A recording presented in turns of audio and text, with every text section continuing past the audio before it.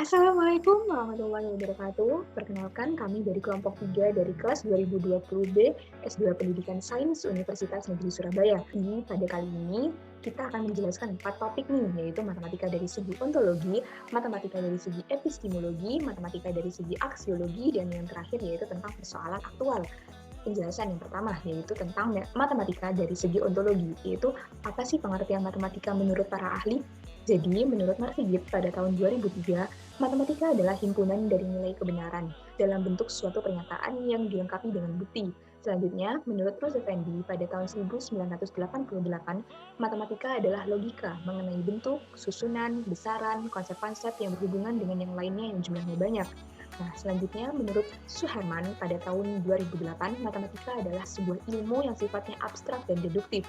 Maka dapat kita simpulkan bahwa matematika adalah bahasa simbolis yang berkaitan dengan struktur dan hubungannya diatur dengan secara logis, menggunakan pola berpikir deduktif dan objek kajiannya bersifat abstrak, serta merupakan ilmu dasar mengenai pola berpikir yang sistematis. Nah, selanjutnya kita akan menjelaskan tentang matematika dari segi epistemologi, yaitu bagaimana kita dapat menemukan sebuah pengetahuan baru dengan menggunakan matematika. Nah, jawabannya adalah dengan menggunakan metode berpikir deduktif. Jadi, pada kali ini kita akan mencoba untuk membuktikan bahwa besar sudut pada segitiga adalah 180 derajat. Nah, biasanya kan kita menggunakan busur nih untuk mengukur setiap sudut yang ada pada segitiga, lalu kita menjumlahkannya. Nah, kita dapat menggunakan cara lain, yaitu dengan cara metode berpikir deduktif. Apa sih berpikir deduktif itu?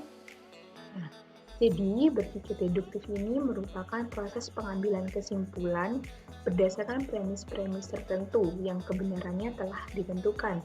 Jadi untuk membuktikan jumlah sudut pada segitiga adalah 180 derajat, kita dapat menggunakan dua premis ini, yaitu yang premis pertama yaitu jika terdapat dua garis sejajar, maka besar sudut alfa, beta, dan gamma yang dibentuk dua garis sejajar tersebut dengan garis ketiga adalah sama.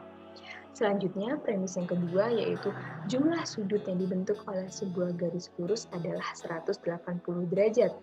Nah, selanjutnya, berdasarkan gambar ini, kita dapat lihat nih bahwa pada titik A kita tarik garis P, yaitu garis P ini sejajar dengan garis BC. Nah, pada garis P ini terbentuk tiga sudut, yaitu sudut alfa 1, alfa 2, dan alfa 3, di mana ketiga sudut tersebut membentuk sebuah garis lurus. Nah, jadi berdasarkan premis yang telah kita jelaskan sebelumnya, yaitu tentang premis 1 dan premis 2, kita dapat simpulkan nih, yaitu dengan menggunakan premis 1, besar alfa 3 sama dengan beta, dan besar alfa 2 sama dengan gamma. Nah, selanjutnya dengan menggunakan premis 2, kita dapat simpulkan bahwa besar alfa 1 ditambah alfa 2 dan ditambah dengan alfa 3 adalah 180 derajat. Nah, karena tadi besar alfa 3 sama dengan beta dan besar alfa 2 sama dengan gamma, maka kita dapat simpulkan bahwa besar alfa 1 ditambah beta ditambah gamma adalah 180 derajat. Yaitu, jadi kita dapat membuat sebuah kesimpulan bahwa dengan menggunakan pola berpikir dengan deduktif, kita dapat membuktikan bahwa besar sudut pada segitiga adalah 180 derajat. Selanjutnya, makna aksiologi matematika dibagi menjadi tiga. Pertama, matematika sebagai bahasa, kedua, sifat kuantitatif matematika, dan ketiga, sarana berpikir deduktif. Yang pertama, matematika sebagai bahasa. Lambang-lambang matematika bersifat artifisial yang baru mempunyai arti setelah sebuah makna diberikan padanya. Tanpa itu, maka matematika hanya merupakan kumpulan rumus-rumus yang mati. Contohnya, X adalah kecepatan jalan kaki seorang pemuda, Y adalah jarak yang ditempuh seorang pemuda, dan Z adalah waktu yang ditempuh seorang pemuda. Maka terdapat sebuah pernyataan, seorang pemuda berjalan sejauh Y meter pada Z second, maka kecepatannya dilambangkan X sama dengan Y per Z. Selanjutnya, mengenai sifat kuantitatif matematika, matematika mempunyai kelebihan lain dibandingkan dengan bahasa verbal. Matematika mengembangkan bahasa numerik yang memungkinkan kita untuk melakukan pengukuran secara kuantitatif. Contohnya, terdapat sebuah pernyataan verbal, sebatang logam bila dipanaskan akan memuai atau memanjang. Pernyataan matematikanya, PT sama dengan PQ, buka kurung 1 ditambah XT, tutup kurung, di mana PT merupakan panjang logam pada temperatur T, PQ merupakan panjang logam tersebut pada temperatur 0, dan X merupakan koefisien pemuaian logam tersebut. Maka sifat kuantitatif matematika meningkatkan daya prediktif dan kontrol dari ilmu. Ilmu memberikan jawaban yang lebih bersifat eksak yang memungkinkan penyelesaian masalah secara lebih tepat dan cermat. Selanjutnya yaitu sarana berpikir deduktif. Pada bab sebelumnya, pada pembahasan epistemologi, telah dijelaskan mengenai berpikir deduktif, di mana secara umum berpikir deduktif terdiri dari dua premis, yaitu premis 1 dan premis 2. Baik dari kedua premis tersebut dapat dihubungkan informasinya untuk mendapatkan satu kesimpulan. Maka secara deduktif, matematika dapat digunakan untuk menemukan pengetahuan baru berdasarkan premis-premis yang telah ada. Yang selanjutnya adalah bersilogisme. Bersilogisme merupakan satu contoh berpikir deduktif. Di sini kami membuat satu contoh silogisme dengan premis mayor, angka adalah tanda yang digunakan untuk melambangkan bilangan. Premis minor, 13 adalah tanda yang digunakan untuk melambangkan bilangan, dan kesimpulan 13 adalah angka. Berdasarkan hukum silogisme yang pertama, silogisme terdiri dari 3 preposisi, yakni premis mayor, premis minor, dan kesimpulan. Untuk hukum yang selanjutnya, silogisme terdiri dari 3 term, yakni subjek, predikat, dan medius. Pada contoh silogisme yang telah kami buat, di sini angka berperan sebagai medius. Lalu, tanda yang digunakan untuk melambangkan bilangan berperan sebagai predikat, dan 13 berperan sebagai subjek.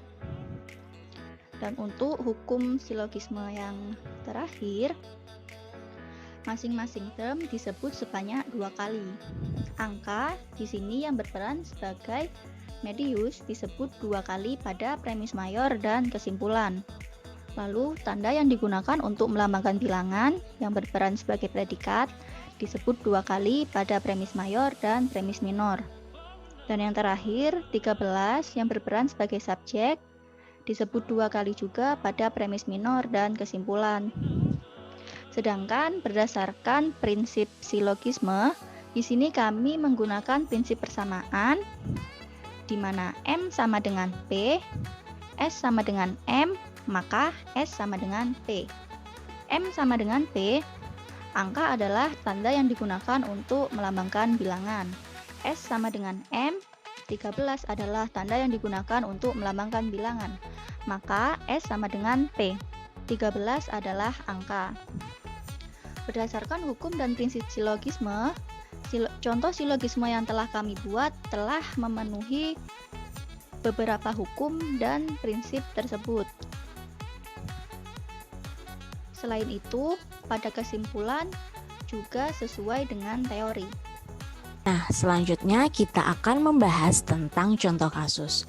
Contoh kasus yang pertama yaitu pertambahan panjang logam saat dipanaskan tidak dapat diukur dengan bahasa verbal, sehingga perlu matematika. Nah, dalam matematika, pertambahan panjang saat dipanaskan yaitu L sama dengan L0 buka kurung 1 plus alfa kali delta T tutup kurung.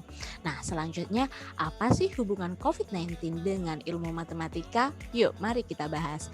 Nah, di sini ada kurva tentang pola terjadinya wabah suatu penyakit, di mana sumbu X merupakan durasi wabah dan sumbu Y merupakan jumlah kasus. Di sini terdapat dua kurva. Kurva yang pertama yaitu kurva yang rapid. Apakah artinya?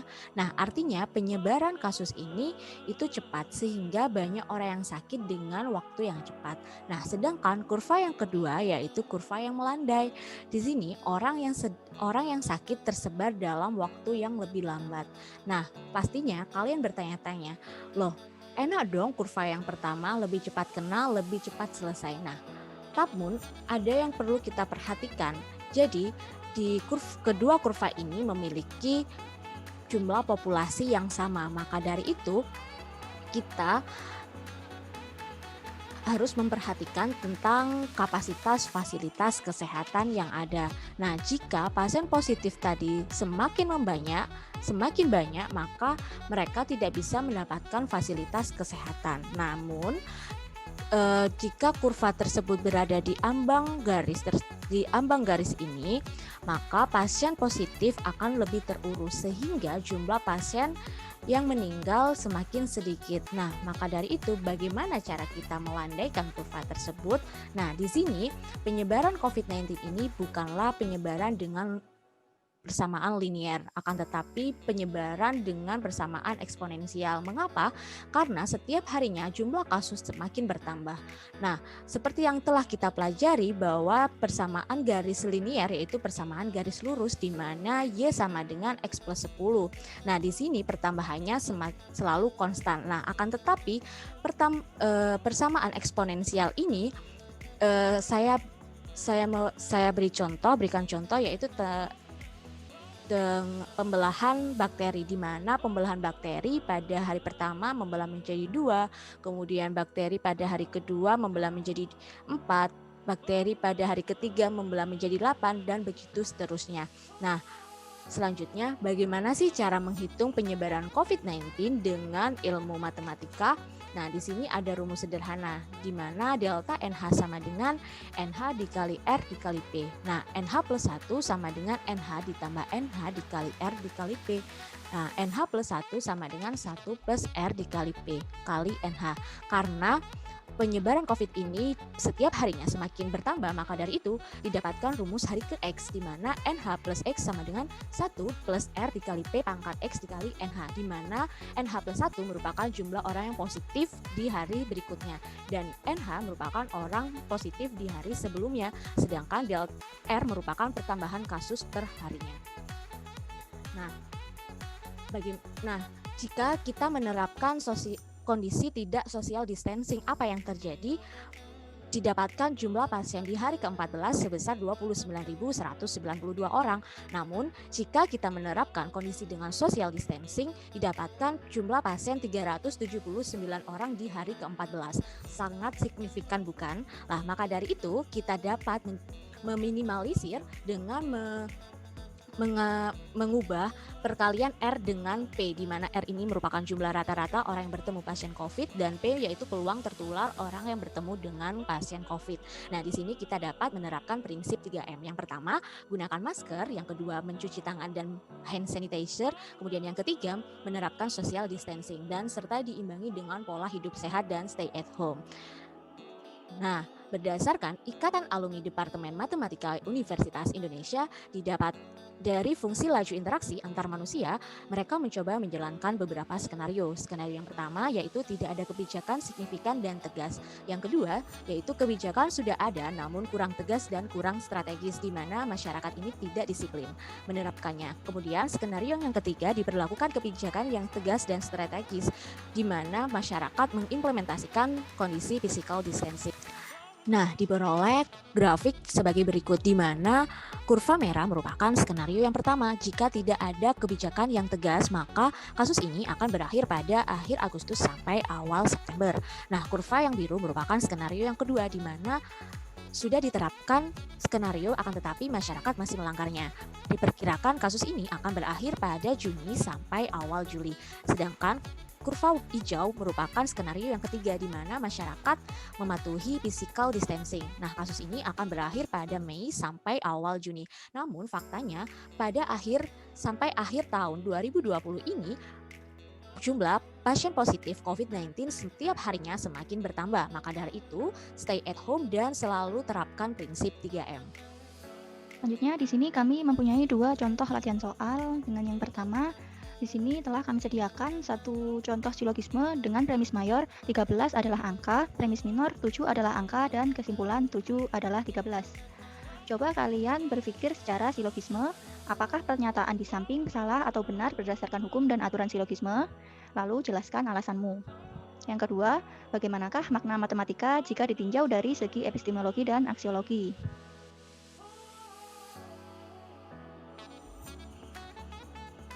sekian penjelasan dari kami. Nah, kurang lebihnya kami mohon maaf. Terima kasih telah mendengarkan video dari kami. Semoga kita dapat bertemu di lain waktu. Ya, jangan lupa buat like, comment, share, dan subscribe channel kita ya. Terima kasih.